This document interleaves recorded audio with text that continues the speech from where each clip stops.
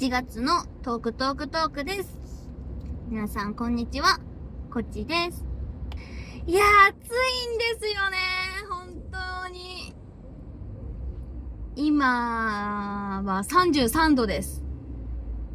だいたいお昼の2時なんですけども、外は33度となっております。本当に暑い。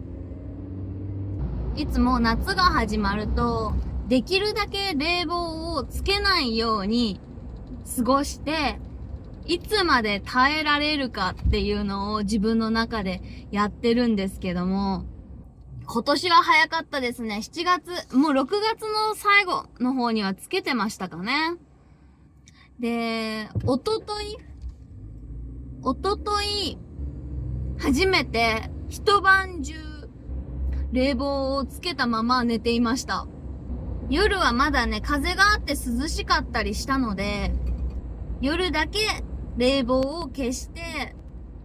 寝ていたんですけども、もう夜も耐えられないくらい暑くなりました。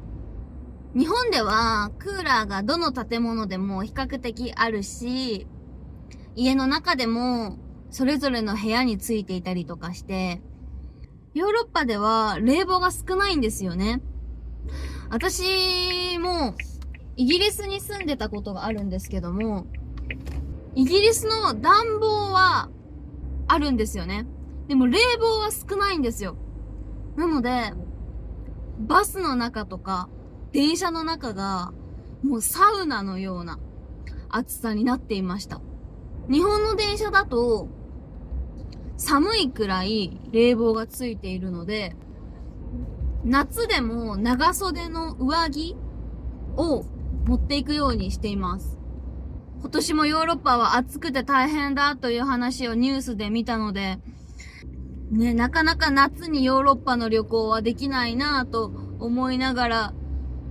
見ていました。皆さん元気ですか？大丈夫ですか？日本は来月から夏休みに入ります。だいたい8月の1ヶ月間は、学校がお休みになります。私は普通の会社員じゃなくて、学校の先生なので、学生が休みの時は私も休みになります。なので、私も社会人だけど1ヶ月休みがあるんですね。なので今年の夏は何をしようかなと思って、今予定を立てているところです。今年の夏は YouTube のチャンネル登録者を500人にしようという目標を自分で掲げていて、今はトークを月に1回上げて、あとはライブ配信が週に1回あって、あとは時々ショートの動画を上げるようにしているんですけども、そう考えると結構頑張ってますよね。でもこの、ロング動画、普通の YouTube の動画っていうのももっともっと上げていきたいなと思っているので、もしまだ YouTube のチャンネル登録してないよっていう人は、ぜひチャンネル登録をしていただけたら嬉しいなと思います。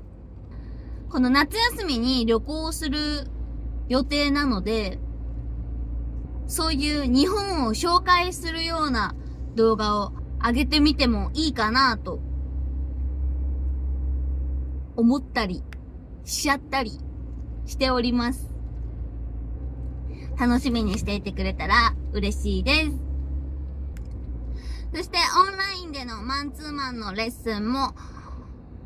生徒さんを募集していますので、興味のある方はぜひホームページから申し込んでいただけたら嬉しいです。ということで皆さん、一緒に暑い夏を乗り切りましょう。それでは、